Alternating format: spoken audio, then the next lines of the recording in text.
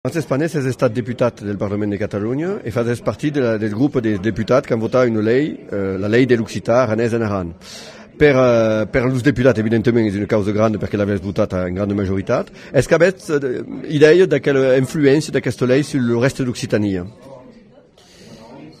A Catalunya, a partir d'aquesta llei, és l'única nació, l'únic indret de tota la comunitat lingüística occitana on es reconeix com a oficial. Catalunya reconeix com a oficial la llengua occitana. Per dir sort, per desgràcia, França no ha reconegut encara l'occità com a una llengua oficial del seu propi estat. Em sembla que aquest valor simbòlic és apreciat, és estimat, és valorat i dona força també a tots els homes i les dones occitanistes de l'altra banda del Pirineu i per tant, que van des de l'Atlàntic fins a la Mediterrània.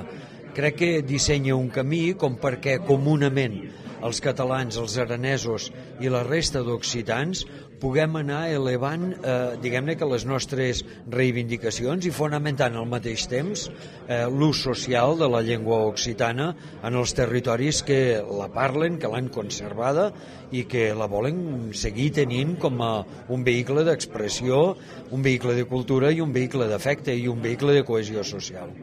Dins el Parlament de Catalunya eres un diputat ecosocialista. És una categoria que nosaltres coneixem pas, ecologista i socialista. Recentment havés demandat al Parlament de Catalunya de sostenir una manifestació del 31 de març a Toulouse. L'havés fet dins quina llengua? No sé si entenc la pregunta. És que la demanda del Parlament de Catalunya de manifestar el 31 de març, és que l'havés fet en aranès, és que l'havés fet en occità o és que s'ha estat fet en català?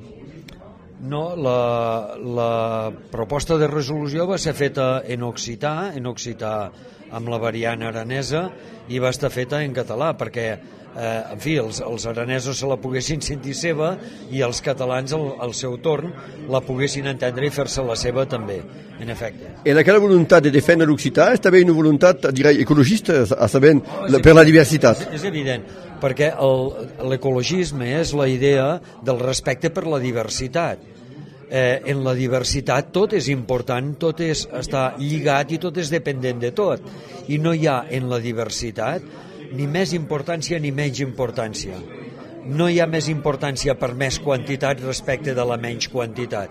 En conseqüència, si això ho traslladem a la vida social i a la vida cultural, totes les llengües que formen part de la diversitat i de la riquesa d'aquesta diversitat del món, totes són igualment importants.